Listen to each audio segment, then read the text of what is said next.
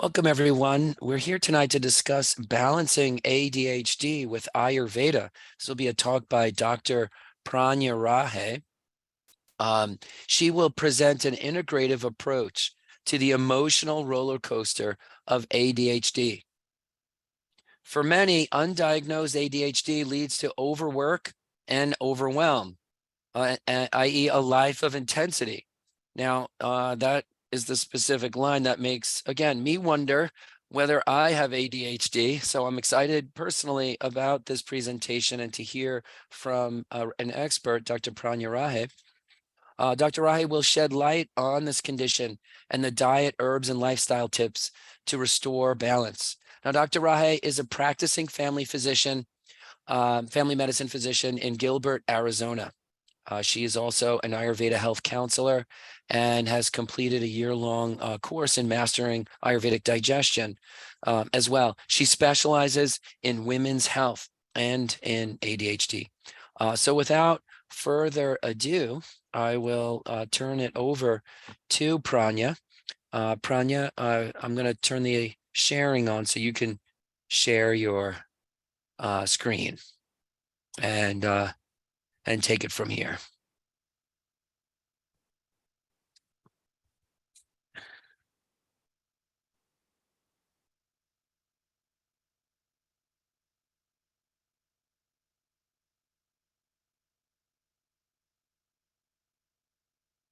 And Pradnya, if you're speaking, I can't hear you.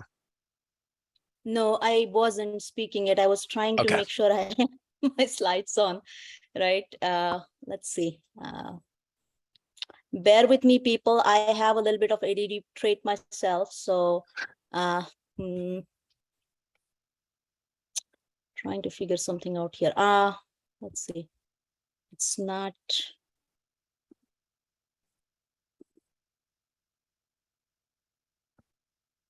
It's not moving. What are you trying to do? Scroll the slide up? Yeah, no, it was kind of stuck. Now it seems like it's moving now. Okay, great. Okay, well, good evening, people. Welcome to this presentation. I am very excited about this topic, as I saw some of you guys personally are struggling with ADHD or have kids who are struggling with ADHD. So you probably know when ADHD or the trait people can be focused on something, they can be really excited about it, right? I had a lot of fun putting together this presentation from integrative perspective, as in from Western as well as from Ayurveda perspective. So this is what I look like, which you can probably see here. And that's the information. John already shared that. I have two beautiful daughters. Both of them have ADD trait. Younger one has some other problems associated with it. So I'm living with ADHD along with ADHD people in the family. So that's another, I guess, experiential aspect that adds to the information here. All right, let's keep going. My approach is going to be Western and functional medicine merged with Ayurveda.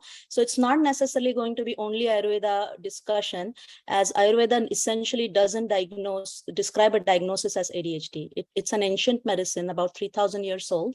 So we're gonna get references based on what the symptoms we see, and some research that I have done in the Ayurvedic articles about ADHD. Okay. So let's keep going.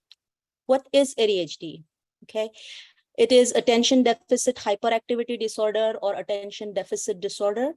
It's characterized by a persistent pattern of inattention, hyperactivity, or impulsivity that interferes with the function or development. Okay, that's the word-to-word definition given by DSM-5, which is the manual, the psychology symptoms manual. Okay, so that's that. These are three different types of ADHD that are described: inattentive type, hyperactive type, and combined type. What I mean by that is essentially the patterns. The commonest pattern obviously is combined type of ADHD. What inattentive type of ADHD looks like is more kids who are having problems with inattention, procrastination, hesitation, difficulty communication, forgetfulness, things like that. So this is going to be probably a girl or boy. There is no difference actually, but I'm saying that because an attentive type ADHD is more common in girls as compared to the hyperactive type, which is seen more commonly in boys, at least according to the literature. So this might be a teenage girl or a young girl staring out of the windows, looking at the birdies, while teacher is teaching something in this classroom, which can be boring according to them, especially if it doesn't involve a subject of their interest or doesn't have enough visual representation or something that's new, because that's what grabs the ADHD attention and focus, something that's new, something that's exciting, something has lots of colors or pictures, so visually stimulating. Or it can also grab the focus if it's really surprising or shocking. That's not in a good way, but that can also be used. That technique can be used to bring in focus for ADHD people. Hyperactive type is usually the little boy who's bouncing off the walls in the classroom, while hard to make them sit down for 5 minutes to focus on a subject. Or at least if they're sitting down, they're fidgeting with something or kind of fidgeting with their legs, or trying to talk to the neighbor, things like that. Combined type will have features of both, and this is the commonest type. I think ADHD is an interesting topic to talk about because it's not necessarily just important from educational perspective, since there are so many people on this call that have experienced ADHD in their life. They can probably relate to this, that it involves a lot more than that. It can, obviously, all these traits can make it difficult for people to be in the present moment or practice mindfulness. And then that can pose problems with essentially following through with the plans or following directions, especially on complex subjects, breaking a complex task down in little chunks so that can be followed through. I see that problem with my patients, especially because ADHD, like I said, it's more than, I think it should be called more as a switching your attention deficit or attention switch gear problem than attention deficit, right? It's not necessarily attention or information deficit. You've probably seen ADHD kids sitting on with the video games for 7-8 hours at a time. So definitely not attention deficit, okay? That way. Let's keep going. Dr. Ed Hallowell, who is a celebrated psychiatrist who has worked in the field of ADHD, describes ADHD as Ferrari engine with bicycle brakes. I like this definition a lot. So it's very classical definition of ADHD. So you can either see ADHD kid or person being hyperactive, as in, like I said, a boy who is running in the road or jumping off the wall, getting into the dangerous sports, things like that, or a adult who just, guy or gal for that matter, pacing the room, being restless and being hyperactive that way, twiddling with their thumbs or kind of moving their legs a lot to bring in the focus. So I think I saw a school teacher who was working with ADHD kids if I didn't read that wrong. So you might have seen the ADHD kids when they use fidgets that can help bring the focus in. As we go along, we'll talk about why this is happening, okay? So this is a hyperactive brain with broken brakes or slow working brakes. What I mean by that is normally when this kind of thoughts or actions are happening, our frontal lobe has a capacity to slow down this activity. This is not working really well in ADHD brains. So that is what he calls as bicycle brakes, okay? Another famous celebrity in ADHD work is Dr. Russell Barkley. He says that ADHD has a relative state of disinhibition, which gives it 3 negative traits: distraction, impulsivity, and hyperactivity. These are kind of the key features of ADHD. And I think more than distraction and hyperactivity, of course, they are important too, but the impulsivity can get people into a lot of troubles in different areas of life that can result in problems with communication, as well as impulse buys, addiction issues, emotional eating, disorders, trouble with following through. So starting multiple projects at a time and difficulty following through and actually finishing projects on time can look like that. Along with that, they'll also have problems with organization. They can be procrastinating. They have issues with forgetfulness, etc. Now, we look at the brain of ADHD. Let me go to this slide first. So, why is this happening? Jacob, Again, this is Angela. Can you do this internal port? This one? It is 106-269-7. What would you like me to do? I think that was just someone had come in with their line unmuted, Pradnya. Oh. So go, yeah, no, I muted the line. Okay. So this is what we were talking about: inattention, distractibility, and hyperactivity and impulsivity. Why is this happening with ADHD brains? Okay, so how the sensations are perceived. So we are looking at a picture here. So a person is looking at a snake. This may be a real life snake or snake on the TV. This information goes from the eyes to a part in the brain called as thalamus and basal ganglia. This is usually, is the primitive part of the brain. So when we look at a picture over here, you see the red part here and the blue part right in the middle. This is our primitive brain, okay? The reptilian brain, so we say. So this part is more about reacting to a situation versus responding to a situation. So this was meant for survival. This has been with us from early part in the evolution, whereas this outer part of the brain, which we call as neocortex, which is, as we can see here, sorry, the slide is busy, but I'll try to read for you here. So executive function and organization, this is part of what we call as prefrontal cortex. This is part of the neocortex or new cortex that we have developed during evolution. So as man has evolved more and more, this part has gotten stronger. But we still have this, and every information that we get from the outside environment first goes here. And that's important because still in this, in this day and age, we don't face the tigers or crocodiles or boa constrictors as much, but just in case we get in a situation that we really need to run away from or fight, we should have that alert needs to come immediately. So the information always will go here first, and from there it will go to this part of the brain, the part of the body structures, which will get you ready to run, like fight or flight. So from the thalamus, amygdala is another part of the brain that will process this information, and it will send it quickly to the multiple areas in the body, like your heart, extremities, so it'll raise your blood pressure, it'll get your heart rate going, it will send blood supply to your muscles so that you can run away, raise the blood glucose levels so running muscles can get the fuel for that. And in the meantime, it will also send an impulse to the cortex, our CEO or the executive function brain, and tell it what's going on. So this guy can then decide, oh, okay, that snake, is that real snake, or is that just a say a rubber snake or false fake snake, or is that just a snake on the TV?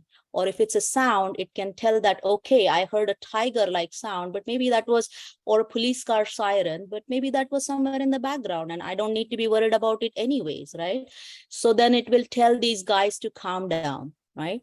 So this calm down impulse, or this type of brain, which will analyze the situation and process information and send signals to be not stressed, this communication is glitched with ADHD, okay? So this information going to this area from here to here may not go as fast as it should. It may not be processed quick enough in the cortex, and it may not send out the signals back enough, quick enough. Also, the processing might be glitched. This can happen especially because ADHD people can have, especially since they have a different way of thinking, they may feel a lot of the times that they don't fit in with the community, or they have to make extra efforts to fit in. And then that kind of feels like an ongoing stress in the body. So going back over here, another problem. So this, when we looked at this area not functioning well, or this area not getting signals quick enough, this is broken bricks that Dr. Hallowell was talking about. And then there is another problem that we call as it's a filter is defective. Okay. What I mean by that is when we get information from the surroundings, say from sensory roots, so from the vision, you're seeing something, you're hearing something, you're smelling something, you're touching something. All of those informations will come to all types of brains, but a neurotypical brain or a non-ADHD brain can block out a lot of those things. Okay. So for example, we are talking about this ADHD topic right now, and neurotypical brain will be able to most likely be able to just listen to this at least after a few minutes, especially if they're interested. ADHD brain is going to listen to that tap that's running in the background, the bird that's chirping outside, the dog that's barking at the neighbors, kid that's kind of doing something on the side. They're probably also going to be thinking about those subconscious thoughts going on at the back of the mind, the clothes that might be scratchy for them, and all this information becomes too much. Okay. And why do they get all of this together? Because this filter is faulty. Here is a filter we call as a reticular activating system. Thalamus is also sitting over here. All these parts are going to filter out all the sensations that are coming to our brain, to our boss, right? This is the boss who's going to make a decision if this is an important thing that we need to be worked up about or not. And he just, instead of getting 100 mails a day, he's going to get 2,000 because the secretary is not working. Okay. So this is what it looks like. This is that red part we were talking about, the basal ganglia hypothalamus system that reacts quickly. So either it wants to go and hide, or it wants to go and give somebody a piece of their mind. And this is our frontal lobe or new brain cortex that can hold it back, but this is not working right with ADHD. So what can this look like? Hyperactivity.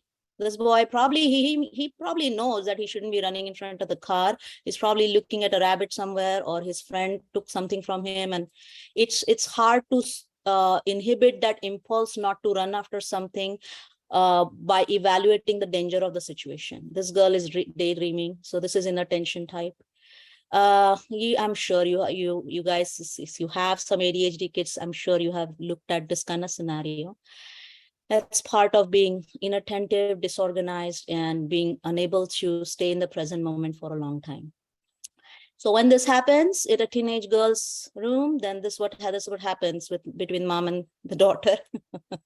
But this again can be a problem with communication, is that she may not be aware of the problem to begin with, because she might have that issue with inattention. And whenever mom is yelling at her, that essentially when, like I said, with ADHD, with not fitting in, and the faulty interpretation of what somebody is saying to them, there may already be a lot of negative emotions sitting around in the brain. So there is not much room to process new information that's coming in. Okay, that's part of the problem with faulty processing. So this is what impulsivity looks like. That's why they have more problems with addiction. They know that's not good for them. They still do it anyways. That's emotional eating. Another problem with ADHD is rejection sensitivity dysphoria. So I have seen this communication as, why are you so sensitive? As in, why do you take everything so personally? So that's basically because they have a neurochemical called as serotonin that may be deficient in ADHD brains, or the combination of dopamine and serotonin that might be a little off. So this is an ADHD brain saying, are they mad at me? Yeah, most likely yes. When the fact actually might be the person in front just probably had a bad day, or they may not even be thinking anything negatively. This might just be this person's interpretation. This is that filter, and so the background negative information or negative tracks that are running in the brain. Getting started. So this is a fun part. I think with ADHD brains, problem is getting started on the task, because this is what it looks like, because of their inability to break down things in little portions. So if somebody told them to do a project for a week-long project, and it's a 20-page project, they know that probably can be done, but somehow it can be a glitch to get it started, make it into a smaller portion. But at that point, if they are yelled at with these kind of comments, then they're gonna shut down even more and probably not progress at all. This is where procrastination can come from, and also a lot of emotional dysregulation. So lot of the people say, okay, well, only if they had a little bit more responsibility, or if they just tried a little bit harder.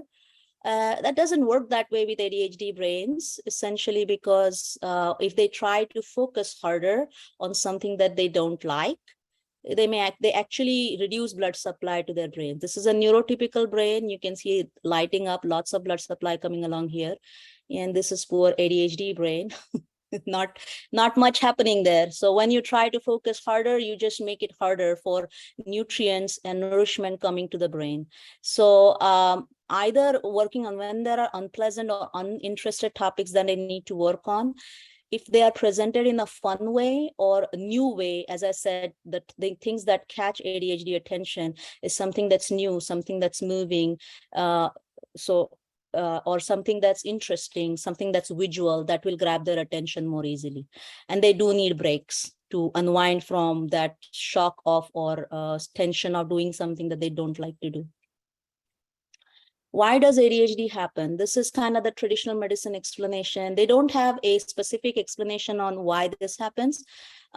These are some of the factors that are talked about: genetics and environmental influences. So exposure to chemicals, their mother smoking or drinking, doing stimulants during pregnancy.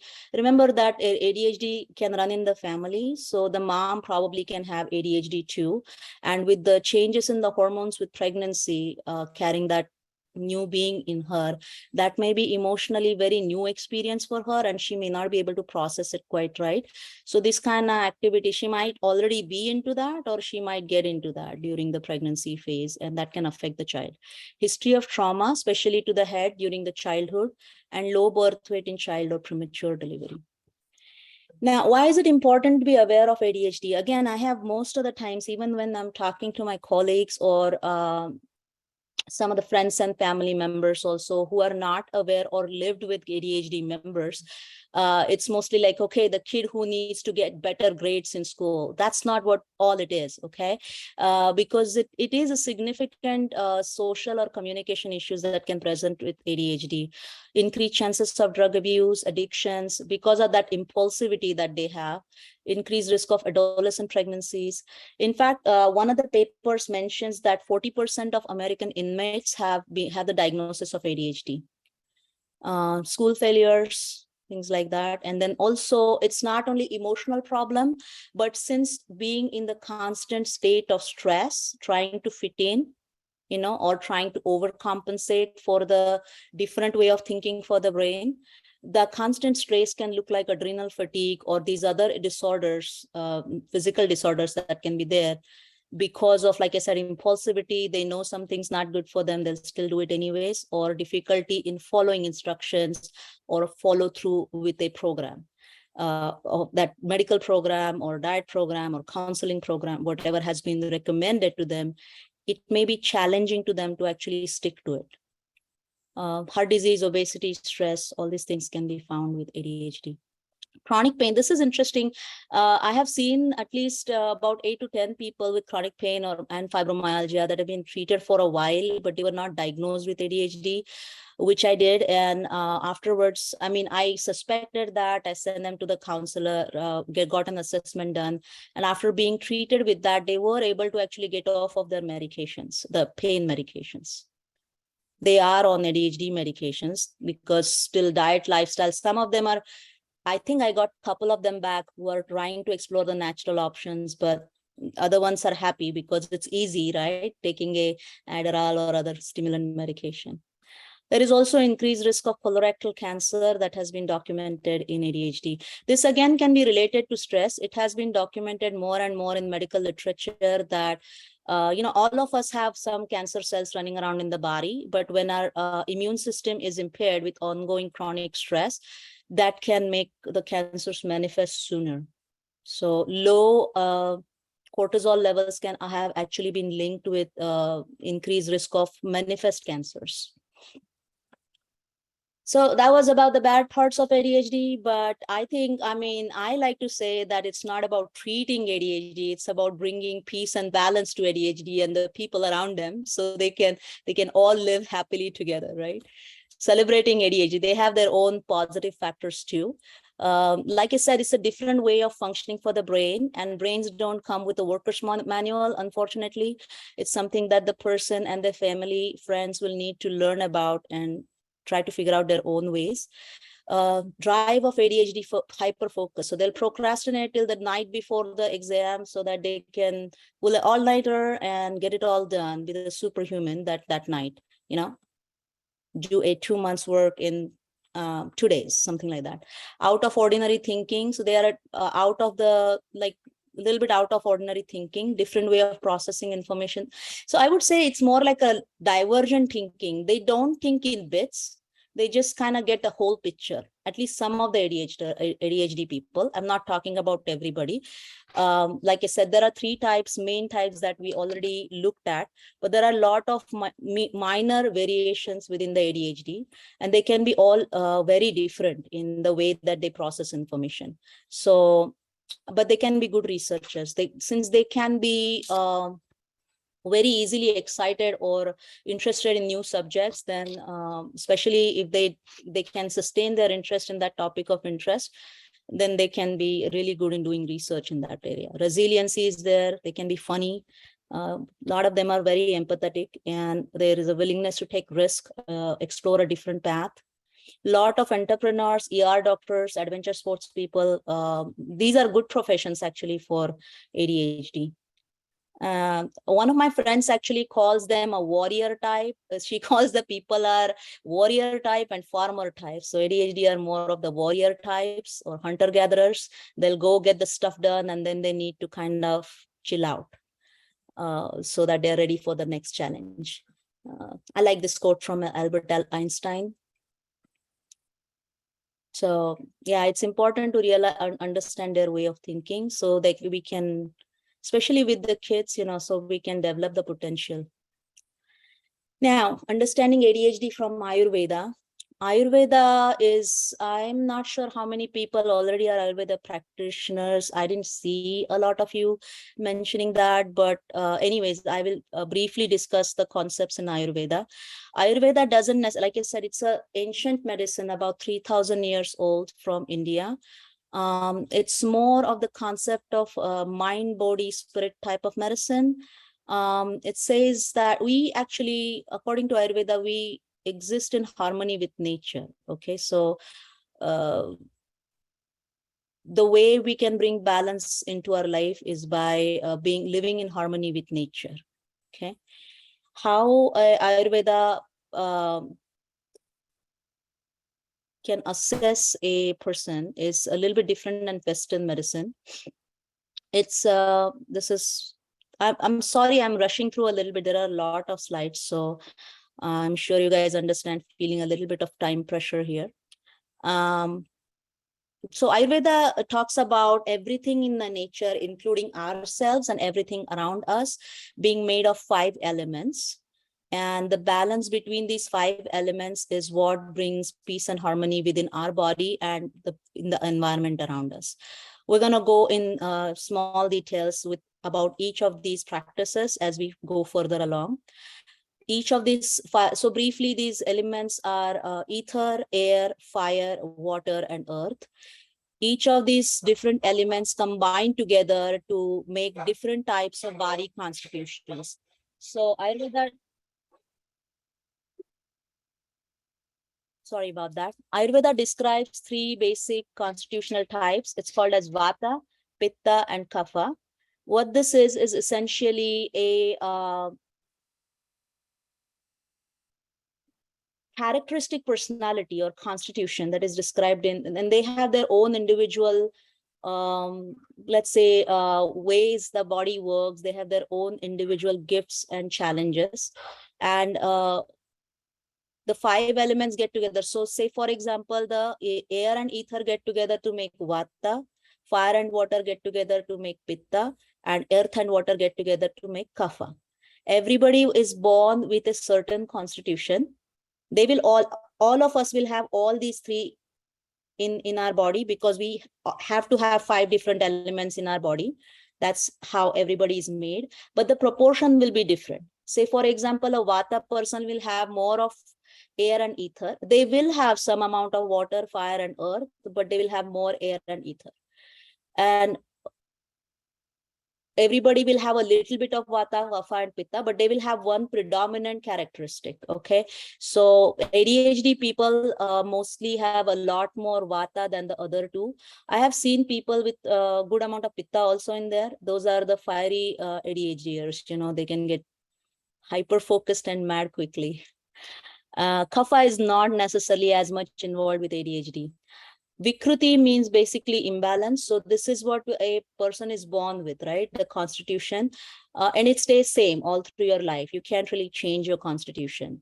However, based on where you live, what is your lifestyle, there can be imbalances that can happen within these elements, and that can bring about what we call as Vikruti in Ayurveda, or essentially early part of disease or imbalance as per our modern understanding. Okay, so way Ayurveda looks at is if it is in balance, then bring it back in balance so that we can go back to our original constitution. And another thing that's very important according to Ayurveda is metabolism. This is what we call as Agni. Other concept is called as Ama. So that's toxins in the body. It can be environmental toxins or toxins that can happen in the body because of weak metabolism. Okay, let's keep going. Concept of 5 elements. So this is what we are. So when Ayurveda physician looks at you, like in traditional medicine, if you go to a doctor, they'll listen to you, they'll check your blood pressure, they'll check your pulse, they'll do some lab work. Whereas the Ayurveda person will look at, okay, what are the elements that are more predominant in you? What is your constitution? How are you currently living? What does your daily life activity? When do you eat? What do you eat? How much do you sleep? How strong is your metabolism? This is all they will look at. And is there any sign of toxins within your body? Okay, so the first thing is elements. Space is essentially space around us. So sky and stars, we're looking at that here. Or it can be space anywhere around in the nature for us. So for example, if there is an empty bucket, there is space in it because it's empty. Space is essentially emptiness. So it's light. Okay, if we had to describe space, it's going to be a bucket that has nothing in it is going to be lighter than a bucket that has some material in it. So space will be the lightest elements out of these. Then there is air element. With air, it's essentially wind. Okay, so wind blows, so air is mobile, something that moves. Okay, space is light, air is mobile. There are more adjectives that we can describe it with, but I'm going to stick to single ones, the most prominent ones, especially something that will make sense from perspective of ADHD. Okay, fire element, as we see, we cook with fire, right? So we digest food with fire, we digest life with fire. As in, if we have a good, it's like a processor in the body. If we have a good digestion and metabolism, we're going to be able to digest food as well as digest emotions and digest life well. So water is something that's related to flow, and it brings moisture to things. Flexibility. This is something that might be deficient in ADHD. In ADHD, space and air are most prominent. They have more of this component, whereas they have a little bit less of water component and earth component. When we look at earth, we see something that's solid, right? It's something that's stable, that cannot be shaken or moved easily, like mountains or rocks. So that is earth element. So that's going forward. When from elements, we had talked about doshas, or the basic body constitutions, where we talk about vata, pitta, and kapha. When we combine air and ether, we look at the vata. You look at the feather here, that looks very airy-fairy. So it's light and it's probably moving around with wind, right? So this is how I would like to describe this, as light and mobile, okay? It's light and it's mobile. Moving around. So those are the adjectives I'm using to describe this constitution. And we're going to come to that as we go further. This is what is called as gunas in Ayurveda, or biocharacteristics. So this is how we try to learn a specific constitution or person's personality type, and then try to bring them back in balance that way by using opposite qualities. Pitta is fire and water. You see, that's hot And kapha, when we look at the snow-clad mountains, they're steady. I can describe this as heavy. Mountain is not going anywhere, so it's stable, solid, right? The way elements can manifest in our body as the space element. So this, what we talked about, this is present in the outside, right? The same can be present in our body. What I mean by that is when anywhere that there is a cavity in our body, like space between our bones where the joints are at, or space around our heart or intestines, so that the organs can move, right? Anything to move, we're going to need the space. You remember the messy room, it's going to be so hard to move around in that room, not enough space, right? So in ADHD brains, there is not enough space, I would say, so much going on in the brain. Air element is something that's responsible for all kinds of movements in the body, like beating of the heart, moving of your intestines, moving of your joints. Anything that needs to move needs air. So you can probably imagine, since ADHD is moving all the time, it has a lot of air.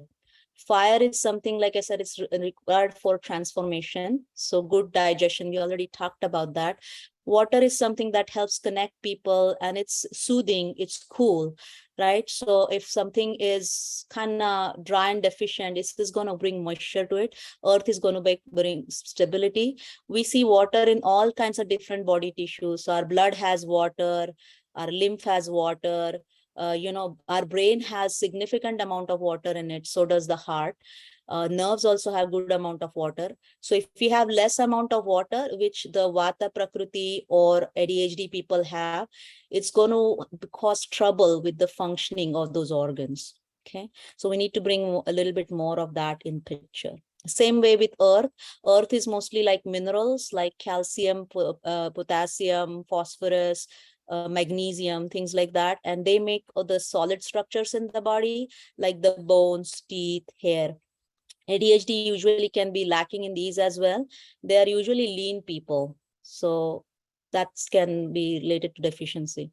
Here is a picture of lack of space in ADHD brain. I hope you find it's kind of funny. Pairs of opposite biocharacteristics. So when I was talking about this feather being light and mobile, this fire being hot, or this snow-clad mountain being heavy, moist, solid, not moving, I was describing it with adjectives, right? So this is how Ayurveda describes gunas or biocharacteristics. Everything in nature and us also, we have different gunas, right? So these are different opposite. And the way Ayurveda approaches things, say, for example, somebody has extra weight. So that's extra heaviness. So that's a heavy guna, that's extra heavy guna, right? How can you balance heavy guna? By bringing something that's opposite to heavy, that is light. So how do we do that? By fasting, because by fasting, you're going to get lighter, right? Or you can go exercise and feel light in the body. So that's how Ayurveda recommends treatments based on biocharacteristics. Let's keep going. Biocharacteristics of different doshas. So as we saw, vata is light, dry. These are just, we don't need to remember all of that, can get confusing. But I just want to, I'm going to focus mostly on vata because that's the main one that is out of balance with ADHD, the topic of today. I would like you to remember though that vatas are dry, deficient, and busy, right? That's the main characteristics. If we try to bring balance to those, that helps them a lot. There are other characteristics that are there, and these people can be more prone to anxiety, dry skin. They have a weak digestion. Remember, deficient. So they may have deficiency of nutrition. They may have deficiency in water in their body. They may have a deficient liver, as in their detox system. They can have a deficiency in different neurotransmitters in their body. They can have deficiency of sleep. So they have trouble sleeping, falling asleep, as well as maintaining a good sleep. They usually tend to, they're light sleepers. So we say there comes that light component in there again.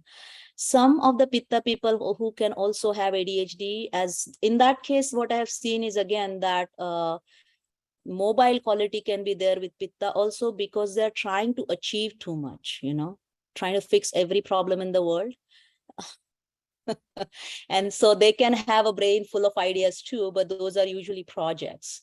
Those are not fairy tales or imagination things. Those are usually, instead of doing 5 projects that are doable, they can be a little overconfident and start 20 and try to get them all done to the T. What do they look like? So here is a Vata personality. They're usually lean, can be underweight. They tend to have a little bit darker complexion, can have some irregular features in their face. Now here we cannot see, but usually they can have dry skin, dry hair, frizzy hair that tends to break easily, dry brittle nails, things like that. Pitta personality. So you can see that analytical look there. Pitta is fire, so it's piercing, right? So you see some of those people who you can think like they can look into your soul with their piercing gaze. That's usually Pitta. They have this fiery red complexion, very sharp features like chiseled features. They usually have a moderate build, unlike this light build Vata or heavy build Kapha. So they're right in the middle. They have medium stamina. They're usually very analytical, perfectionist type of people. Their challenge can be actually to listen to somebody else. So it can be very interesting to get a Pitta parent together with a Vata inattentive ADHD. They're going to drive each other nuts. Because it's going to be, because with Pitta, I mean, they are very to the point. They are methodical. They have a list, to-do list, work list with them, and they get through that every day. Whereas Vata, we already talked about that. Kapha is more of a, Kapha is that paladin. You can see her with, if you imagine grandma with a dish of cookies or a big spread of different dishes on the dining table, that's Kapha. They are very nurturing people. You can see the plump cheeks, good amount of insulation on the face, skin that's glowing, usually oily skin, beautiful, calm blue eyes, wavy hair. So that's all Kapha. Usually they can tend to retain a little bit extra weight or water. Now, everything in nature has a purpose. So these are gifts or different biocharacteristics. Vata is known for their joy, creativity, enthusiasm, celebrating new things. Can you hear all ADHD traits in here? Whereas Pitta is right on time, so focus, perfection, determination. And Kapha is that mommy energy, love, nurture, and stability. So imagine what a great world it would be if these 3 types came together, understood each other, and worked together as a team. This is a visionary who can think out of the box, but they usually find it very challenging to bring the project forward. Pitta can break down the task into little pieces, and Kapha can kind of feed everybody cookies. No, I'm just kidding. Kapha can give them the love and patience that they need while they are making the project go forward. Typical stress reaction in different doshas.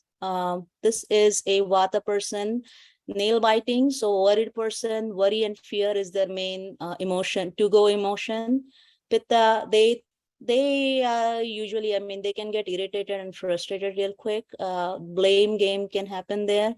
They think they always are right usually, and they may be, because like I said, they are analytical brains, perfectionists. They have done their research before talking. But listening to another person might be a little bit of a challenge, especially if they're imbalanced, okay? If the fire is too much. And this is what Kapha can look like when they're imbalanced. So that's more of a depression type of picture. Worry, anger, depression. Take a breather, everybody. Put one hand on your heart, left hand on the heart, and right hand on the belly. We're going to take some deep breaths here before we take each guna in relation with the ADHD and try to analyze it that way.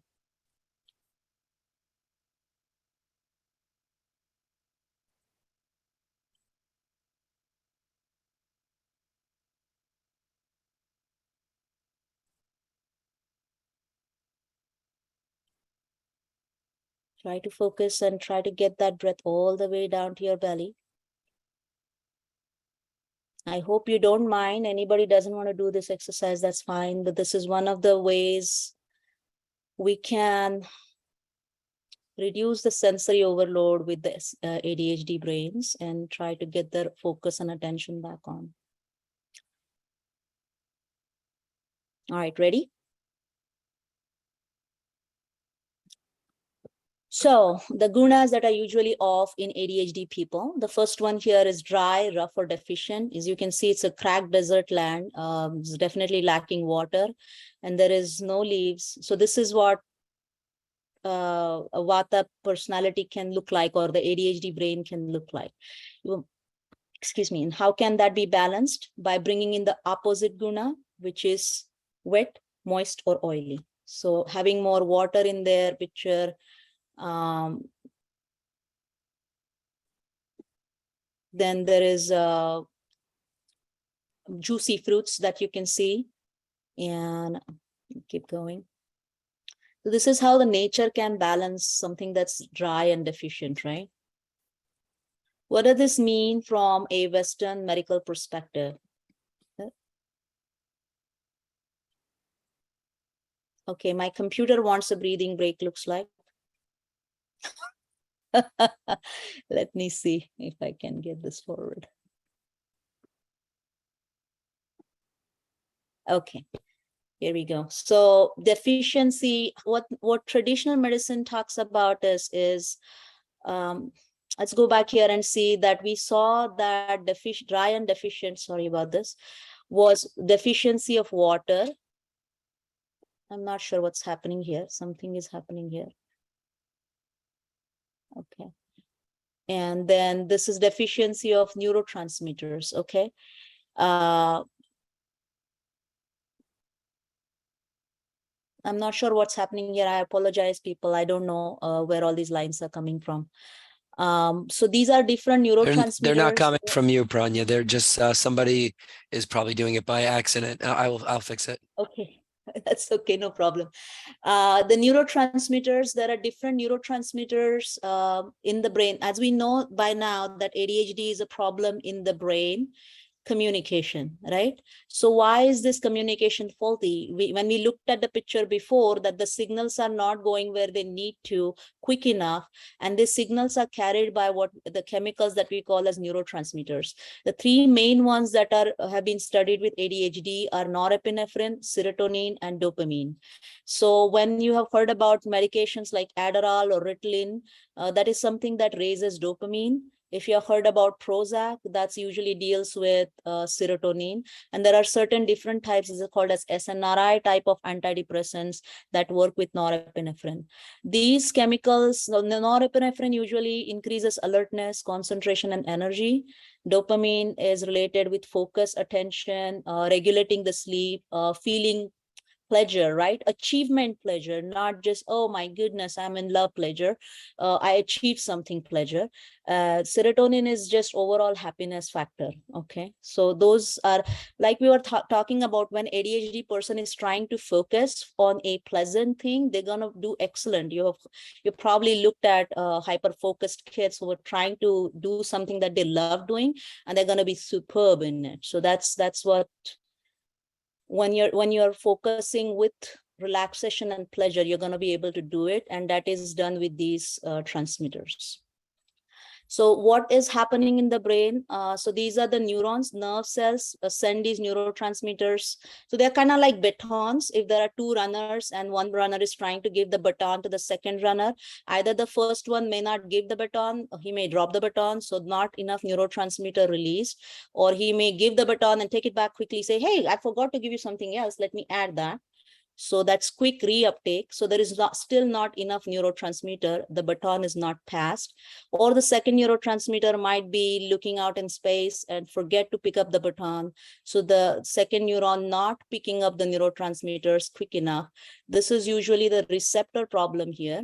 And this can be related to genetics, or this can be related to accumulation of toxins here. So we call as what we call as AMA. If you remember, I briefly talked about it in the previous slide. So either of these problems essentially is going to look like not enough chemical signal going to the second neuron, right? So the way medications, sorry about that, and that can happen in any of these areas of brain. Dopamine works usually in this area. Serotonin can work in this area, the prefrontal cortex. I found an interesting reference actually that's saying gratitude and charity can increase serotonin levels, right? So much fun. So that's how, when the deficiency is there, they're not going to be able to attain focus. Other deficiency that happens is the circulation, right? So either the blood circulation is not enough to the brain when they're trying to focus, or what we say as prana or chi, enough attention and focus not going there for some of the other reason. So that's the deficiency. Another deficiency that can be there. So far we discussed deficiency in hydration level of the body, deficiency in the blood supply, deficiency in the neurotransmitters. Traditional medicine mainly just talks about neurotransmitters. Now we are going more into the functional medicine realm, and then we'll go to Ayurveda. So these are other nutrients that can be deficient. This slide is from SpectraCell, which is one of the nutrient testing labs. This can be assessed with a blood test that you can look at certain specific nutrient levels. And there is description. I'm not going to read everything out here, but here is some explanation on how deficiency in these nutrients can aggravate ADHD problems. So the main ones in my practice, even if this test can be expensive, it is a blood test, but even if you're not doing this, regularly I found if people can look into their iron store levels, vitamin D levels, B12 levels, that itself can help out a lot, because, and folate levels, because B12 and folate helps with all kinds of nerve related problems. Vitamin D level is essentially works like a hormone, and it is an excellent anti-inflammatory thing. So when we are looking at these nutrient deficiencies here, some of these can be considered as earth deficiency, right? We talked about minerals, earth as minerals. So this is earth deficiency. We already talked about water deficiency. Now, other nutrients, some more that they're talking about. Now, when the dopamine is low or neurotransmitters are low, what are we going to do, right? This is some people trying to self-medicate. Kids try to raise their dopamine by whining, or like anything new that they want to do, they're going to start whining about it. They're going to do that task, but it's like, and so it's important to kind of redirect their attention and be patient in spite of the whining kid, right? Other thing is obviously arguments. So this is in kids, this is in adults. So if you're arguing and getting an argument back from your partner, that can raise your dopamine. So, but that's not good for a healthy communication or relationship, right? Here are some other ways of self-medicating for ADHD, anything that's stimulating to the brain. So video games, and other advantage that like kids talk about in video games is it's immediate reward. So do you remember we talked about reward deficiency? So you're feeling, I'm not satisfied enough. So this is immediate reward. They need stickers all the time, ADHD kids. That stickers can be different based on their age group level, right? The other things obviously is caffeine and cigarettes, wine. Those are not good enough. I mean, those are not good choices though, because obviously the effect is small acting. It's just temporary, and it's going to not be healthy in the long term. ADHD medications can work on all those three different areas. Remember, we said there is not enough release of neurotransmitters, or quick reuptake, or neurotransmitters not able to engage with the second neuron. So medicines can help in all different areas. For releasing the neurotransmitters, it's more like something like Adderall. For blocking the reuptake, so more is available here, is something like Prozac. So here are some healthier ways to raise your dopamine. Eating food, well, it's important not to graze or, do the stimulant type of food though in excess, like caffeine. Achieving a goal is a good mood booster, because when I did it, that's the dopamine booster. Completing a task, exercising, listening. So endorphins, a lot of the times, like I said, ADHD can be associated with chronic pain, or they have some kind of discomfort in their body ongoing anyways. So these can help with that. Hopefully, I'm not going to read through all of them, but I like this one, the serotonin, the sun exposure, mindfulness, be with nature, meditation. And other two things I mentioned was gratitude and charity. Oxytocin is more like bonding with your baby type of hormone. So there's a physical touch, hugs, things like that. So these all factors are going to make the brain happy. If we talk in Ayurvedic term, it has been described as the problem with Vata disorder. We already talked about that. And there is also a problem with Sadhaka Pitta. Okay, so that means translates in late term as satisfaction. So this is going to increase the satisfaction so you can deal with the challenge of raising focus. ADHD and menopause, this is another special type of deficiency because of the hormones being low. Estrogen is low, especially in menopausal age group, or it may be imbalanced. It's required for multiple functions in the brain, good blood circulation, maintaining brain tissue, etc.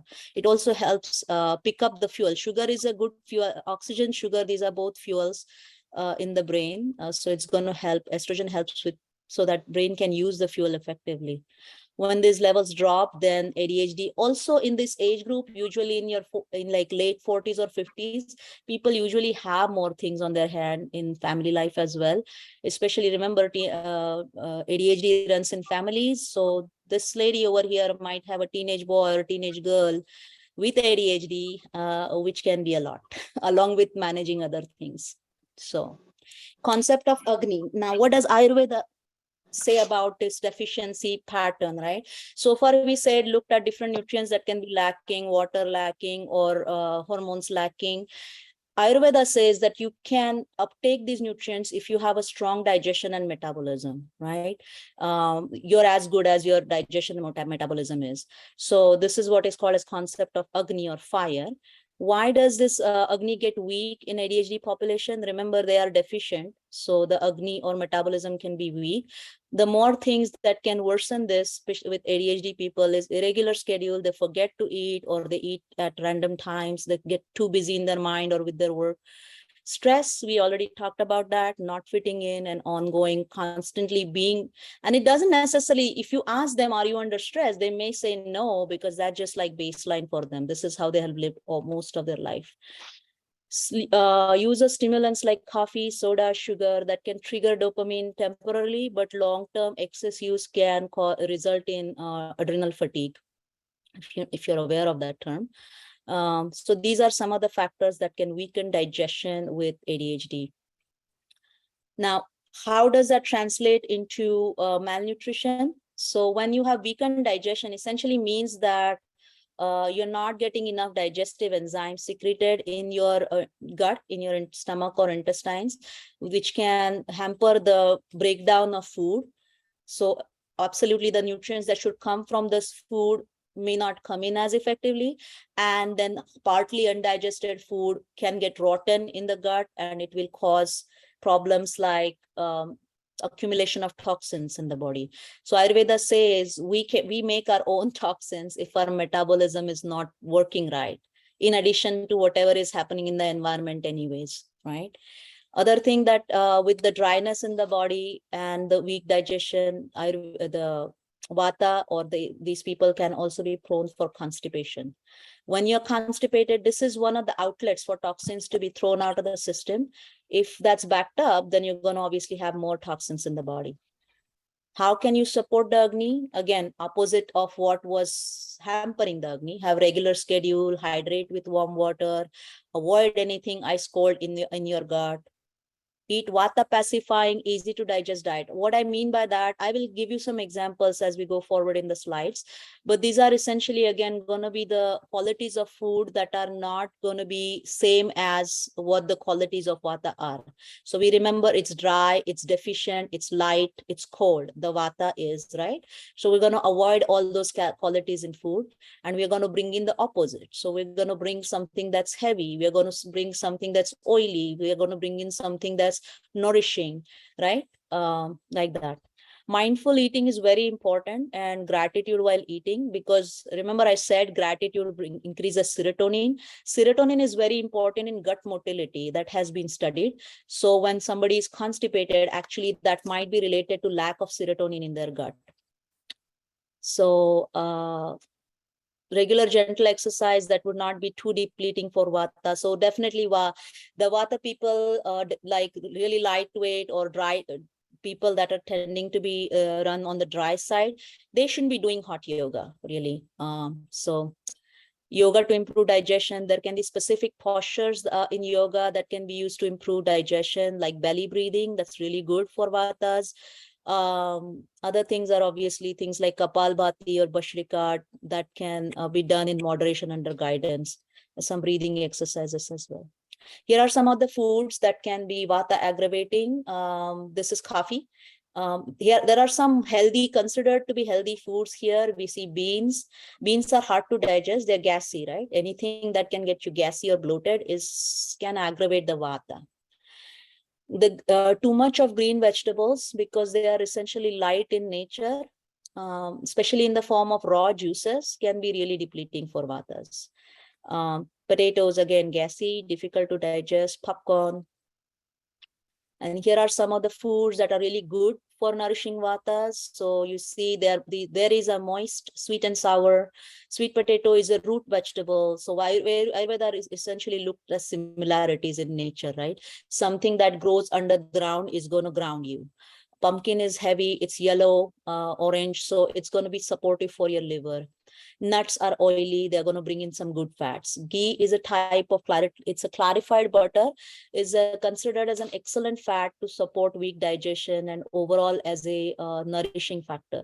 Avocados, again, good fats, protein and good fats, grounding, bringing in good carbs, because carbs can translate into serotonin. Yeah, so dairy can again bring in, dairy usually can also help in boosting the dopamine. Okay, so the vata pittas can do really well with the dairy. Bananas, again, bringing in the nourishment, ojas building, so we say.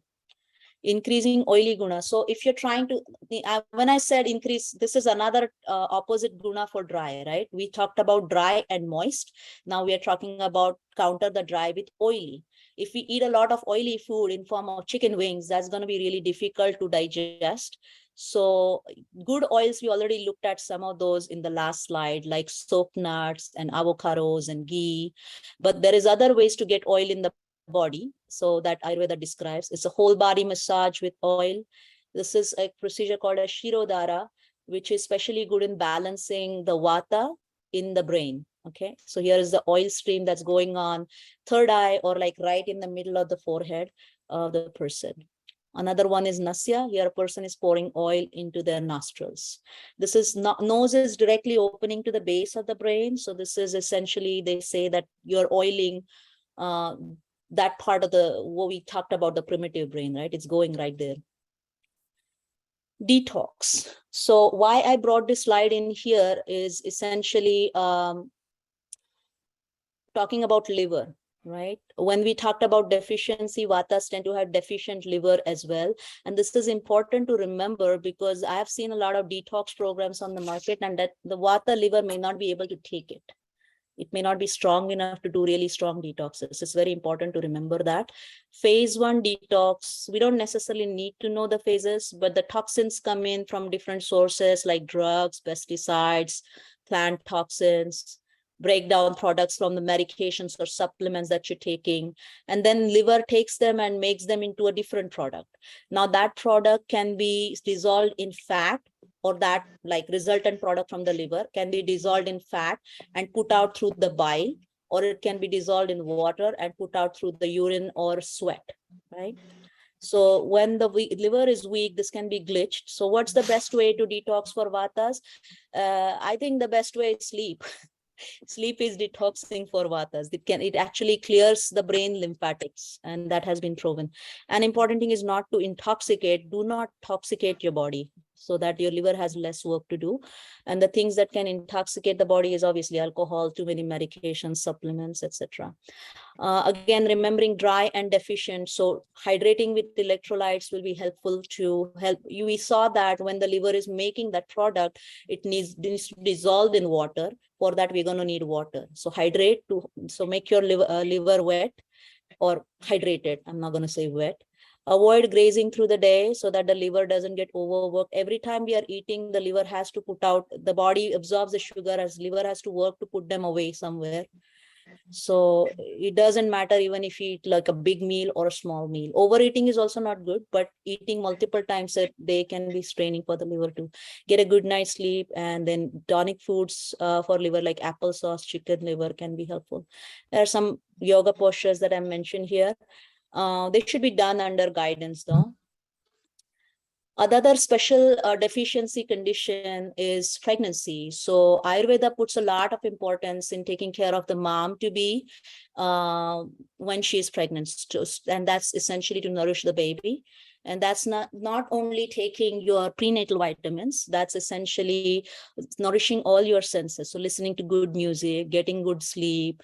In back home, they can also get into some type of specific meditations to invite a good soul to your system. And you can see this is almost like a celebration, right? All her desires are asked about, and its attempt is made to satisfy them to the best of possibilities, right? And also trying to take time to be with your baby, nurturing your maternal side. There is another period of time that's very important to take care of. It's postpartum period, 45 days after birth. The mother should be really pampered because she just went through a big procedure of giving birth.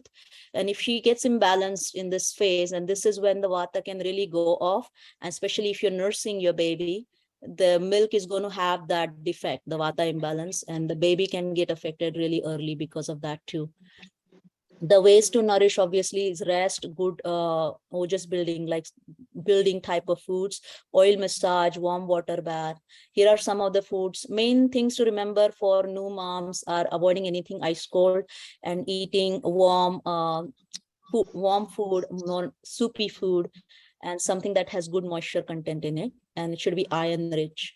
It says vegetarian here. That's not necessary essentially. It depends on your choice, but it definitely should be nourishing to the body. So that was about dry guna. Other guna that can be off with ADHD, the major one that's off with ADHD is mobile, something that's always active. I think it's kind of self-explanatory. It is a person multitasking, running around. So that's classic ADHD.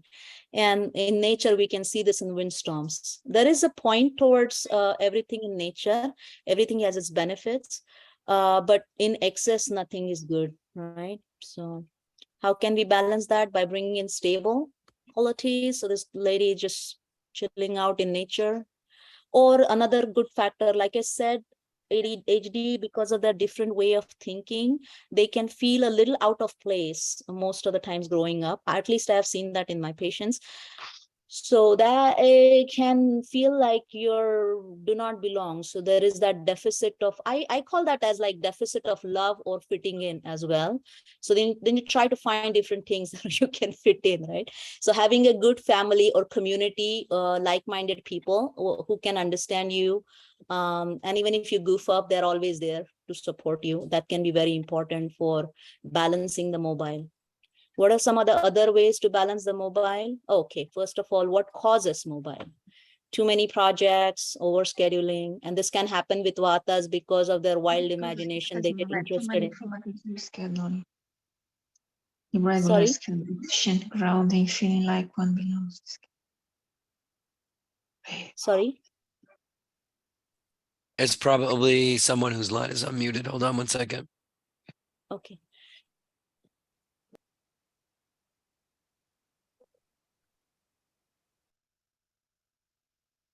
Irregular schedule can do that. Deficient grounding. Okay. So this is what I call as nature deficit, right? Not going outside and being in contact with Mother Earth enough. Just being in front of computer, or this is kind of virtual world, like being on the computer all the time, not being enough with real people. Insomnia, lack of sleep. This is another big one that can trigger mobile quality in ADHD. And this is a little bit of a chicken and egg situation, right? So does ADHD cause insomnia? Do ADHD medicines cause insomnia, or does insomnia cause ADHD, right?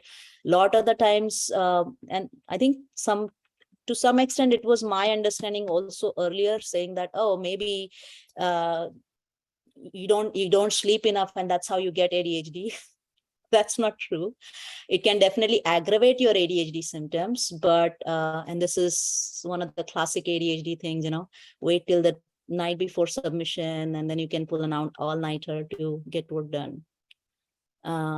But there is real reasons like neurochemical imbalances that can trigger ADHD, trigger the insomnia or sleep problems in ADHD. ADHD brains have less GABA available. This is something that will help you surrender to sleep, especially if you have too many projects going on in your system, overthinking. Other thing that it is quieter at night. Remember the sensory overload with ADHDs, it's hard for them to focus with so many things going on. So it's quieter at night, so they want to get stuff done at night. Chaotic schedule, if your brain is racing all day long, it's going to be hard to switch it off like this at night. So if an unwind time for a neurotypical brain is 20 minutes, for ADHD brain, it's going to be probably an hour or two. That's just how it is. Remember the delayed processing or transmission of neurotransmitters in the brain. So we just have to there are herbs that can help that, but obviously understanding this, that is, it's a delayed processing process. Because of deficiency of things, we can be more compassionate with taking that time for us. Anxiety and stress from the chaotic day, deficient dopamine. So dopamine can help with actually sleep regulation. It also helps with having a good dream schedule. So that means that you're having a good NREM, REM sleep pattern. You're reaching enough deep sleep. Serotonin helps more wakefulness, which can be another trouble with ADD brains, is you can't unwind at night, and it's hard to get going quickly in the morning. And again, all ADD brains are not the same. Some of them will have some traits versus some others. There can be difficulty with the balance of the two. And other one is in ADD brains, it has been observed that there is a delayed melatonin secretion. So in a neurotypical brain, if melatonin gets secreted at around 9 o'clock, in ADHD brains, it's going to be secreted at 10:30. Okay, so it's like an hour later, and if you hit that by 10:30, if other people are sleeping, you get the melatonin surge at 10:30. So by the time you actually fall asleep, it's going to be 11:30, 12 o'clock. But till that time, if you get into a task, oh, it's quiet, let me start doing something, then you're not going to be able to sleep or unwind quickly. So how to optimize sleep for Vata people? Again, bring in the opposite qualities. For Vatas, warmth, heaviness, massage, slowing down helps both of them, because mobile quality can be off in either one. The Vata is just dream world, or too many tracks running in the brain, or Pittas can be too many projects to be completed. The brain is still full though. So slowing down helps. Yoga Nidra, or this is like a guided sleep meditation, which can help both. Other type of relaxing activities that do not involve use of visual stimulation especially can be helpful. People can listen to audiobook or white noise to help unwind or relax. Oil massage helps both of them, but Pittas may not like this. A lot of times they do have sensitive skin, or they can get too hot with oil massage. So either coconut oil or just doing oil massage for head and foot instead of doing the whole body, that can be helpful. A bedroom can be completely dark, completely cool for Pittas. For Vata, you want to keep them warm because they usually are cold. Heavy blankets can be helpful for Vatas too, because they are light, so you want to weigh them down with heavy blankets. Other ways to treat the mobile guna is obviously the opposite of mobile we talked about was stable. So here are some suggestions. Getting grounded or contact with earth, go walk outside or just even sit outside, lay on the ground, play outside with your kids in contact with earth. Meditation, this can be challenging for Vatas, the brain is all over the place. Walking meditation can be good, or bringing in more mindfulness into everything that they do during the day, right? And doing it for all the activities, I guess, can be challenging. So pick one that they're already used to doing. Say, for example, you go for a walk in the evening anyways, then you can change that into a walking meditation for 5 minutes to start off with, right? Bring attention to every movement of the body. Where are your feet touching? Is it hurting anywhere? Where do you put most pressure on the foot? Things like that. Practicing mindfulness, regularizing the schedule, having and then basically I think realizing that it is known for that brain to run everywhere. So having a coach with you, help you out. when you're starting on a new program can be helpful for ADHD to stay on task, right? This can be in the form of apps if you don't want to actually work or do not have funds to work with a coach ongoing. So there are some good apps. I don't know if like I'm allowed to take names here, but yeah, there are some good apps that can work with ADHD population. Connect with like-minded people. This is again bringing in, rooting yourself in where you belong, right? Very Yeah, we're important. happy for you to share those apps if you like, Pradnya. There is one that's called as Fabulous. Is that what it is? And then there is another meditation app that's called as Plum Village. Yeah, those two are yeah, Fabulous. Fabulous is a good app for ADHD brains. It's like getting little rewards, right? When you do something for the kids, like little ones, we give them the candy or little toys or something. When they get 15 years old, it's hard to give them those stickers for every little thing that they do, and they don't have the patience or resilience a lot of the times to wait for a big project to be finished for a big reward, and they may not be happy with little sticker, right? So this is like a video game gives you a high five when you level up. This that way. Fabulous has that facility on. Was that? Well, you broke my fingers before, so I'm not sure. It's just, again, they need to be muted. Okay, you should unmute yourself again.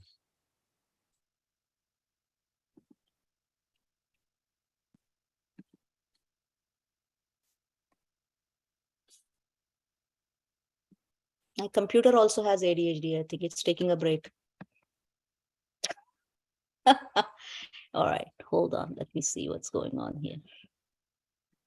Okay, so visuals props usually help ADHD people a lot. So something like this can be created.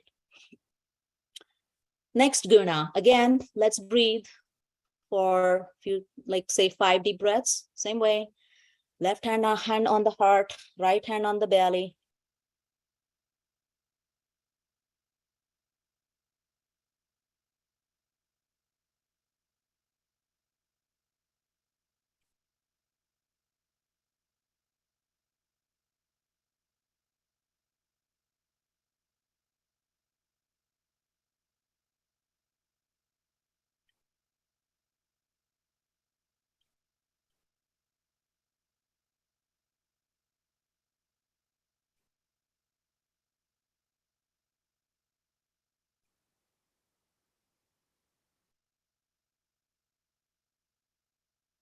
So back to the gunas. This is the last one I think that I have talked about with ADHD. It's subtle guna, which is balanced by gross guna. Okay, subtle is more like people out there, more ethereal experiences, right? People that can feel too many things, sensitives, right? Energetically sensitive, if I can use that term.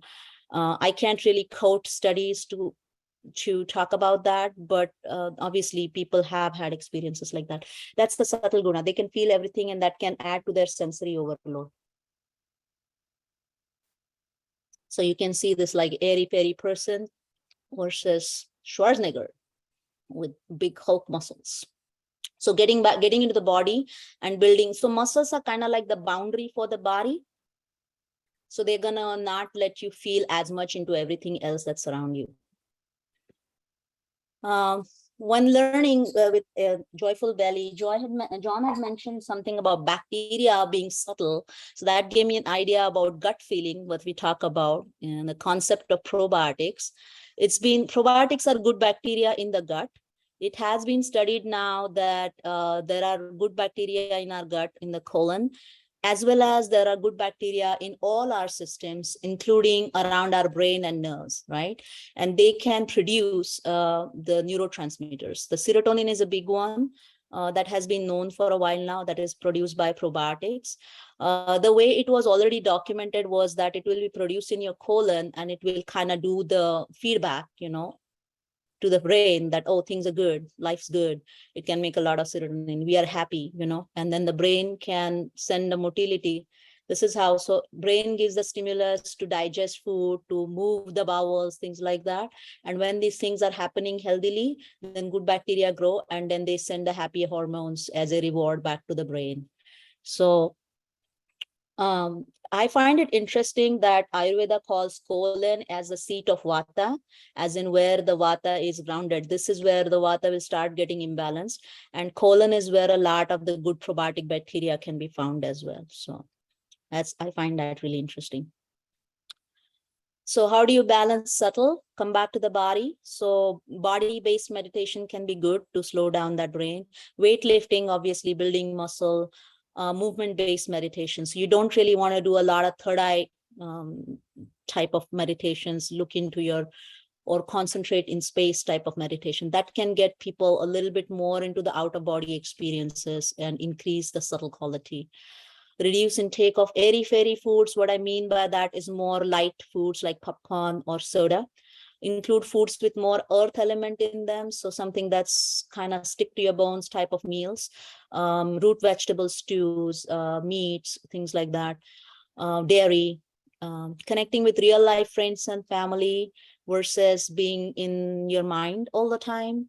Working on boundaries and building ojas. Now, what do I mean by ojas? This is essentially like there's a concept in Ayurveda that talks about vitality of a person that helps us maintain our immunity.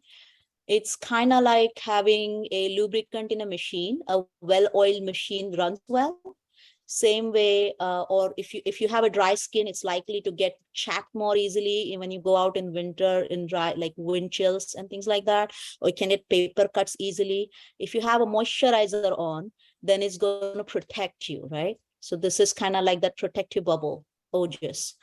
How do you develop that? I do have a slide on that next, I think. And when working on maintaining healthy gut and colon bacterial population, which we mentioned about having good bacteria will help you make good hormones or neurotransmitters. How to do that's a whole different topic altogether. So we obviously cannot cover it today.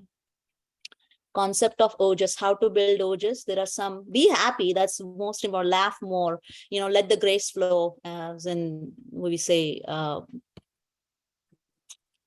that's more, I'm not going to talk about that. It's more of a spiritual concept, right? So, and the activities that make you happy will obviously be good. Being in nature will be good. Relaxation, creativity, good night's sleep. And then here are some ojas building foods that we can see: ghee, milk, good oils, protein, carbohydrates, kind of building foods.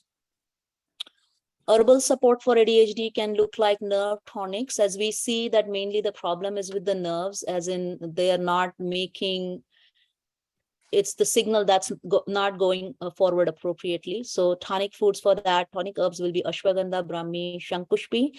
Shankushpi is the one that actually specifically supports dopamine, so it can be really good. Nervine sedative, what I mean by that is something that can make sleepy. Types of this are valerian or jatamansi, helping open the circulatory pathway. We saw that the brain circulation kind of goes down when you're trying to focus. Brahmi can help with this, along with toning the brain and calming the anxiety. And some herbs that can help with liver detox and brain health, like guduchi. Putting it all together, always talk to your doctor, especially if your family members or friends think that you need to get immediate help, because natural treatment is good, but obviously when we're trying to assess ourselves, we may not have a very clear assessment. It's good to take input from your friends and family and your doctor. Getting labs done, that can be done. We talked about some of those before, like looking into nutrients, your thyroid health, hormone health, sugars, things like that. And then get your doctor's opinion, as in how urgent is the situation that we need to be on medicine or not. And then working on developing a natural program to build health and kind of build the brain health. Having a coach in place is very important, because as we saw, it's not something for the lack of trying. There is an actual neurochemical glitch that's happening in the brain, right? So that can be helpful. Accepting the condition is the first step. Don't think like a bad parenting or lack of sleep causes ADHD. I've heard that a lot. I'm like, okay, well, they do worsen the condition, but that's not necessarily the cause. work with your coach. They can be your friend. How can a Ayurveda health counselor help? They can help you identify what are your imbalances and then suggest diet, lifestyle changes. They can break down information in little chunks and form an individual plan for you so it's doable. They can actually help you advocate for your children if they are having traits with ADHD, with incorporating some of these things.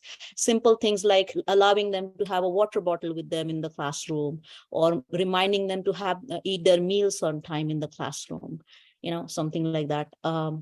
And the Ayurveda counselors can also be a good friend, cheerleader to hold your hand, because glitches will happen in life. That's part of life. So that they can help you. They can be a support as well when things like that are happening. So that's kind of putting traditional and Ayurveda together. If we can get good pointers from both and then help out our community, then hopefully we can go from here to here. Thank you. Thank you for this opportunity to talk about ADHD, which is a topic I find really interesting, and obviously living with it. So yeah, it's very close to my heart, so to say. Thank you, Pradnya. Thank you for all of that information and being so generous with everything that you shared with the audience today. It's really helpful. You gave them a bunch of great nutrients and also pointing them in the right direction as to how they should approach this Vata disorder, Pitta disorder, deficiency. So I'm sure everyone really appreciates that. And if are there questions? I actually have a question. Maybe I can start the questioning. You said that 40% of American inmates have been diagnosed with ADHD. Now, Yes. Immediately my brain went to, is that higher than the average or lower for the general population? Yeah, that's a good question, John. I didn't necessarily go researching that specific question, but that's a good question to look into. But there have also been studies which show that when people get into like alcohol, quitting alcohol or smoking cessation programs, and if they get a proper assessment and get diagnosed with ADHD and treated for it, then their rate of quitting and staying quit helps improve significantly. And Yeah. those are the studies. I think they are published on, if you wanted to look up more details on that, is in the Russell Berkeley Foundation or organization. He has a lot of literature on that on his website. Dr. Russell Berkeley. I also want to mention, just because I see some people leaving, I want to mention that I had the pleasure of having Pradnya as a student for 3 years, and I can tell you that almost every single student in the course has experienced personal healings from Pradnya's insight. So she did share her number, and on that slide, I don't know if you want to put that back up, but I'm going to recommend just to everyone on the call that if you have someone with ADHD, like, just don't hesitate to use her as a resource, because she really made a difference for the students in the course, and I know I can speak on behalf of the entire student body for Pradnya's insights and level of knowledge. As you can see, she had to even talk quickly to get all of her knowledge out. So I'm sorry if I was rushing. No, not at all. Not at all. She just knows a lot. And so, please, if you, if this is something you've been trying to tackle for a long time, Pradnya not only has the medical knowledge, but she can integrate in a holistic way. It's not every day that you can find a Western medical doctor that also knows these sort of more gentle, more long-term and lifestyle changes that will be supportive. And Pradnya certainly is exemplary in that. So, yeah, so I don't want to take up too much of the question time, but I just do want to encourage you to go to her website, drrahemd.com, or email her or reach out, text her, if you need help to schedule an appointment with her and get the benefit of her services. Hey, John, this is Wendy. Yes, Wendy. When you sound hoarse, I hope you get some tea and honey, but I see a lot of us are wondering if there's going to be a recording of this. Oh, yes. That's the other thing I wanted to mention. Yes, I will publish a recording on the Joyful Belly YouTube channel tomorrow. And so you can look for that. That should be up very soon. John, some people Yes. I saw there that they were asking for a coffee substitute. Rasa Calm has good options for coffee substitutes. I think personally I like the Rasa Calm. There are different blends that are there on the Rasa website, as well as there is Ticino that works well as well. Yeah, Rusacom has a bunch of adaptogens in it that can modulate stress response. And Ticino, I like Ticino just because it's super tasty. And these liver tonic, a lot of these coffee substitutes have a bitter principle in them that's going to help clear the liver. So not every person with ADHD is going to have a liver issue, but it's certainly something you don't want to ignore when you're approaching anyone with any kind of nervous system disorder. You're going to be looking at toxicity as well as liver health, just to make sure that there aren't disturbances in the blood that are irritating the nervous system. And I see Saveda suggesting 4-stigmatic as a coffee substitute. Nice. I haven't heard of that one. I'm always on the hunt for good coffee substitutes because people enjoy them. Yes. Hi there. Hello. There's some people with their hands up, and I also wanted to refer to the chat. There's a couple questions in there, as well as, could you please put your information in the chat so we can copy it? That would be great. Thank you. Okay. Pradnya, I will do that. I will do that for you so that you can just address Thank the you. question. If you want to look in the chat. Put a copy, it leaves 4 signature. I am trying to bear with me, people. ADHD brain. 10%. Yeah, many successful people and geniuses have ADHD. That is true. 40% also females. Yeah, somebody gave the percentage here, John, on the inmates, prison inmates. 40% female state, federal prisoners, things like that, learning disability. Yeah, that's another thing with ADHD. There can be associated problems like anxiety, depression, OCD, and learning disabilities. So it can get complicated when you're trying. That's why it's important to see a psychiatrist, the first diagnosis, or unless your family practitioner is happy doing that for you. Could we say that Ayurveda can manage ADHD without modern medicine? I would say so, but Ayurveda needs a lot of commitment, right? And we talked about ADHD brains having difficulty with breaking down information and sticking to stuff. So I think it can be done. There is obviously, we talked about a lot of things today. If there is toxin, there is obviously ways to do detox in Ayurveda, specific way that's called as Panchakarma.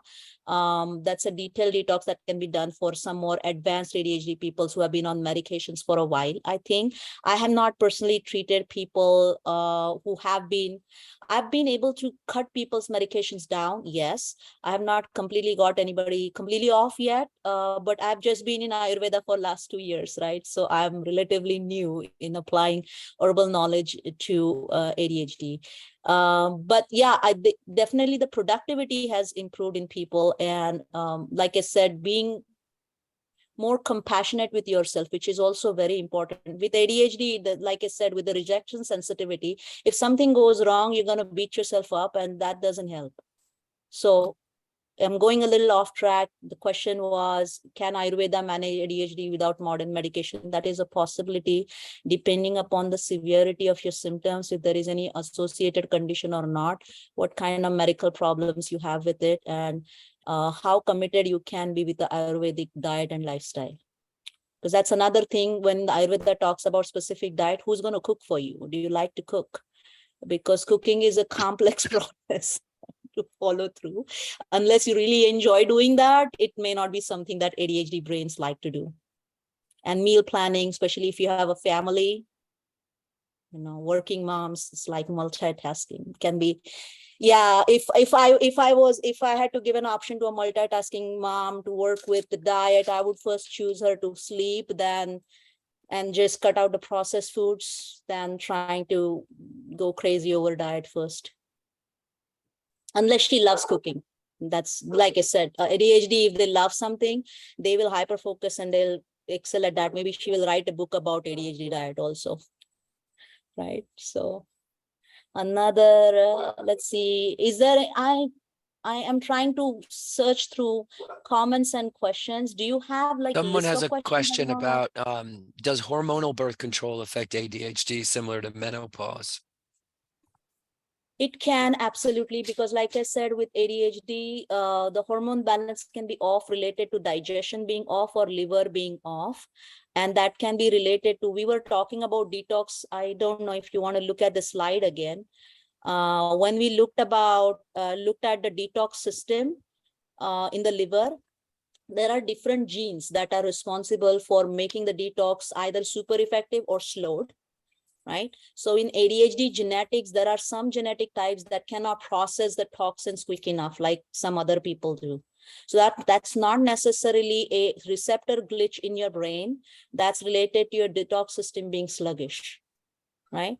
So if your detox system is sluggish, which can be if somebody gets on birth control pill for a reason, right? Unless you're just doing it for birth control. A lot of the times the girls get on birth control to regulate their periods, though, which was a problem to begin with, then there is likely that the liver is not working right in the first place, or there is some hormonal glitch to begin with. So in that case, yeah, it can definitely affect the ADHD symptoms. The hormone imbalance with women, we talked about mobile guna, too much activity aggravating your ADHD. So with women, the hormones go all over the place through the month anyways, right? So that's why that just right before the week before periods, it can be extra grouchiness, or depending upon your personality, of course. But yeah, it can definitely aggravate ADHD symptoms. What else? Tried Shilajit for a month, have almost given a coffee, Herbal. Maritza Rodriguez, you had a question. Do you want to unmute your line and tell us your question? Thank you. First and foremost, thank you so much for this presentation. It was extremely helpful, and I've been looking into Ayurveda for some time. I was wondering, I don't know what dosha my son is, but I was wondering if, I know you spoke about the different doshas and how they present themselves. So should I go ahead and kind of see where he fits in? And then is it specifically like the kapha, I think you said, was the one that was off balance? Or would it have Kapha to is be usually not affecting the ADHD people as much, even though a kapha looking child, hefty child, can have ADHD. I'm not saying no, because the doshas can be off in different parts of the body. That's a little bit more complex going. I think it's better. It's a good idea to work with a practitioner or a counselor who is happy working with kids. Okay, yeah, and Get a consult and area, so I'll have to maybe look on your website, and if I can consult with you and like figure that out, because absolutely, I'm happy to talk to you. And Joyful Belly also, I think, has isn't that right, John, that you guys have practitioners on your website? Is that linked with AABC or no?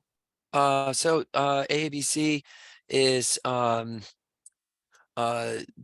American Association of Biocharacteristics Clinicians, and and that is who's putting on today's presentation. Joyful Belly is a website.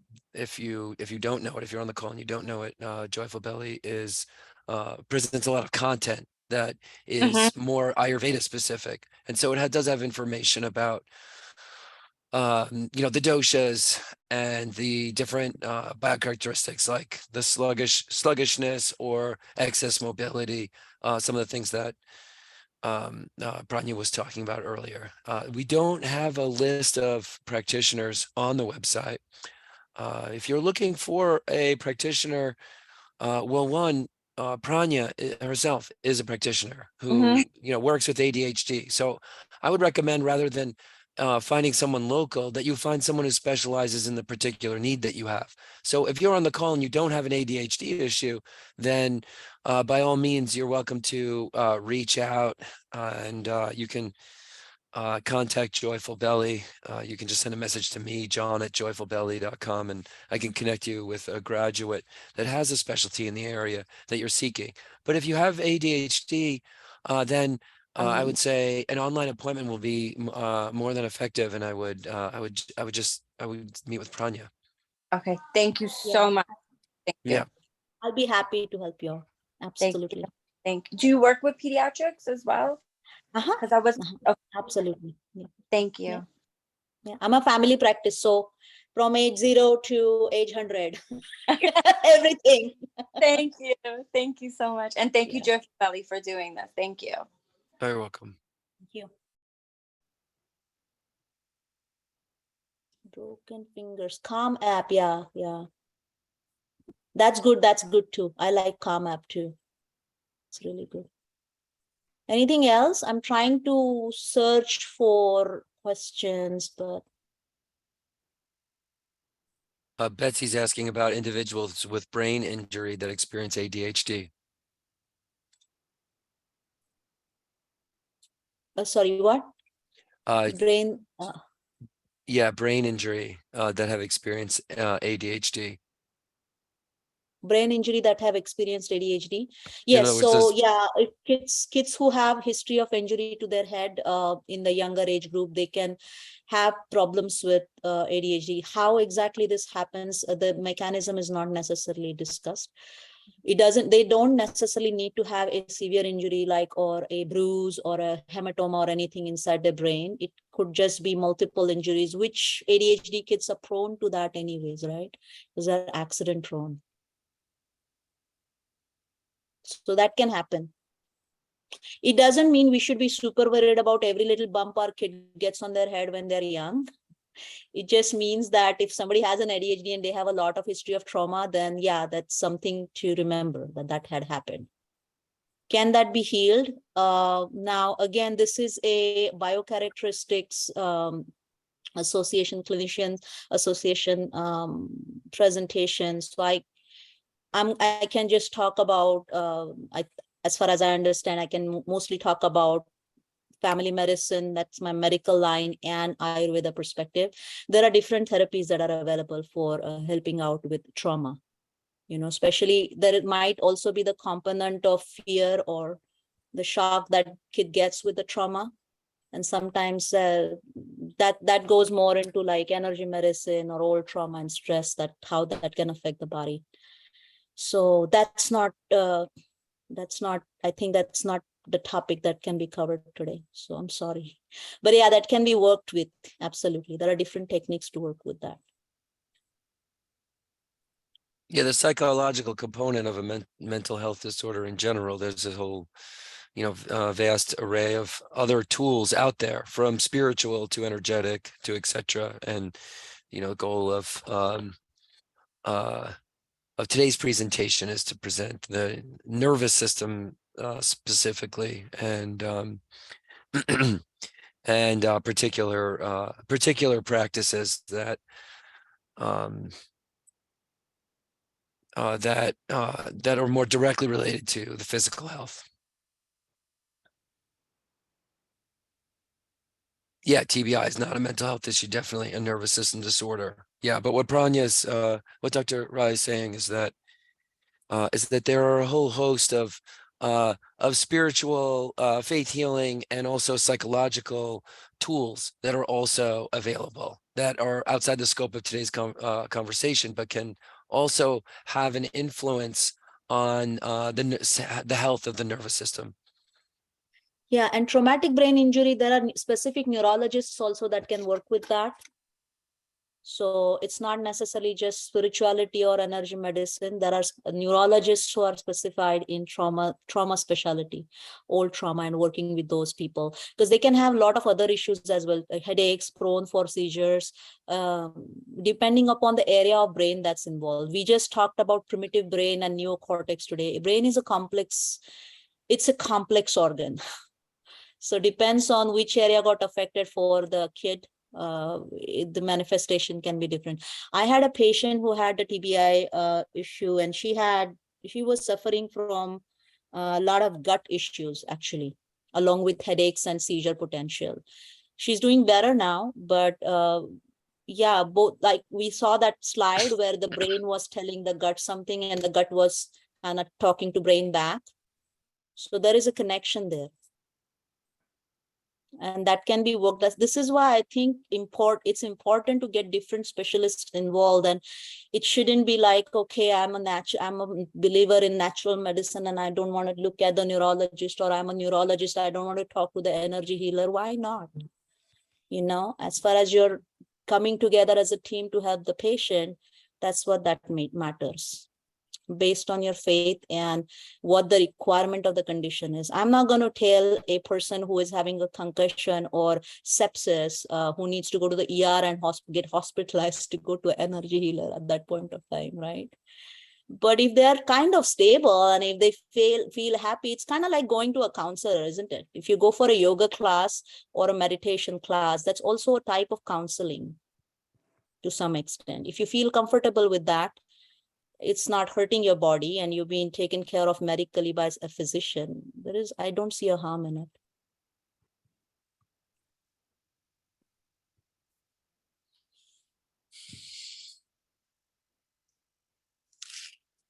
No seizures. Yeah, it's a frontal lobe injury. Oh, I'm sorry to hear about that. Are you doing okay now, Betsy? Hi, this is Betsy Tonesmeyer. I'm out here in New Mexico. I have had this issue and condition since I was 34 years old. I'm now 65. I've been to Dr. Vasant Lad. He is now going to move away from us and go to Asheville. I know. Yes, lucky you all out there. But it is very nice to make your acquaintance and hear of yet this ever expanding, wonderful field of Ayurveda being, brought out to the people. Am I doing okay with it? Well, I've had a lot of cognitive rehabilitative training, some from the brainhealthproject.org, which is UT Texas at Dallas. They've helped a lot. And I'm interested in the science and the neuroscience and the mixture of Ayurvedic treatment for it. I'm not interested in the Western doctors, neurologists. I've been to them all. I've had 4 neuropsych evaluations. It's complete, but I live with this every day. There really is no recovery here, but Ayurveda and all these herbs have always helped me. Gugulu for blood cleansing. I'm a complete, fan. So I'm happy to hear that it's helping you. That's great. It is helping me. And I have to find my own way. I'm interested in contemplative psychotherapy with meditation, breathing, mindfulness, and yoga. I try to help my community here in Albuquerque, which is where I live, with all this. And it's a very hard road to explain to Yes. they're my colleagues, they're my peers. Yes. Yes. Thank you for asking. So I hear you. I mean, like you said, that it's very important to find or make more communities of like-minded people. Well, you're right next door. You're right next door. So, I mean, you're in Arizona, right? Yes. Yes. So don't be surprised if you get a correspondence from me, because it's not likely I'm going to go to Asheville, North Carolina. Okay. I would love to get in touch with you. Absolutely. Thank you very much. Appreciate hearing that. Thank you. All right, great. Thank you. Thank you again, everyone. Thank you, Dr. Raje, for your generosity in your presentation today. Also want to thank everyone who attended the call. It's not just that disease is contagious. Health is also contagious, that you show up and invest in understanding how to heal your body is a great thing. And so I want to thank you for that. And I'm sure you will be bringing some of what you learned today to your communities over time. And that's great work. So with that, I'm going to and today's session. And we'll look forward to our next talk. We'll be doing another presentation in about 3 months through the American Association of Biocharacteristics Clinicians. And we'll send you details on that once it's available. Have a wonderful night, everybody. Thank you. Have a wonderful night. Thank you Thank for the you. Take care. opportunity to talk about ADHD. Very Appreciate that. Thank you. Bye. Thank you. Thank you so much. Much.